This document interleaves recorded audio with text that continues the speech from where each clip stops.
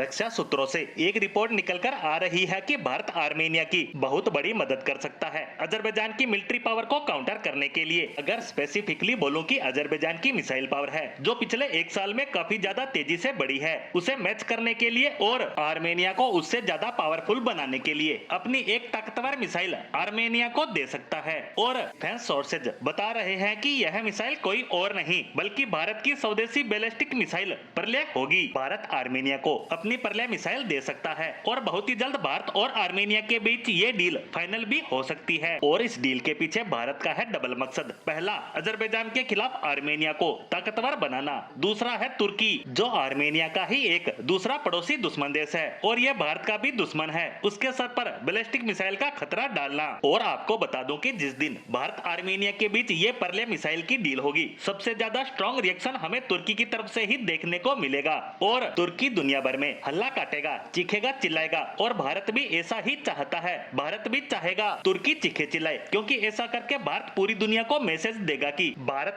अब पहले वाला भारत नहीं रहा, ये कठोर कदम उठाने से पीछे नहीं हटता। अगर आप भारत के हितों को नुकसान पहुंचाओगे, उसे दुश्मन बनाओगे, तो चाहे आप कहीं भी क्यों ना बैठे हो, आपको अंजाम भुगतना होगा। वहीं कुछ एक्सपर्ट्स का ये भी मानना है कि तुर्की इस डील के बाद जबरदस्त प्रेशर में आ सकता है, क्योंकि भारत यह पहली हथियारों की डील आर्मेनिया के साथ नहीं कर रहा। इससे पहले भी हम हथियार दे चुके हैं। पिछले 2 सालों में हम उसकी सेना को ताकत देने में लगे हैं। ऐसे में तुर्की पर यह प्रेशर पड़ेगा कि आज तो इन्होंने अपनी प्रलय बैलिस्टिक मिसाइल ही दी है, भविष्य में इससे भी खतरनाक हथियार आर्मेनिया को दे सकते हैं। इसीलिए उसकी भलाई इसी में है कि भारत के साथ चल रहे मतभेदों को खत्म करने के प्रयास किए जाए और जितनी भी समस्याएं हैं भारत और तुर्की के बीच, उनको खत्म किया जाए। इस बात की काफी संभावनाएं एक्सपर्ट जता रहे हैं, यानी कि प्रलय मिसाइल तुर्की को बातचीत की टेबल पर ला सकती है। लेकिन अब कुछ लोग सवाल उठाएंगे कि इस प्रलय मिसाइल को भारत शायद आर्मेनिया को न दे पाए, क्योंकि एमटीसीआर के नियमों के अनुसार ऐसा देश जो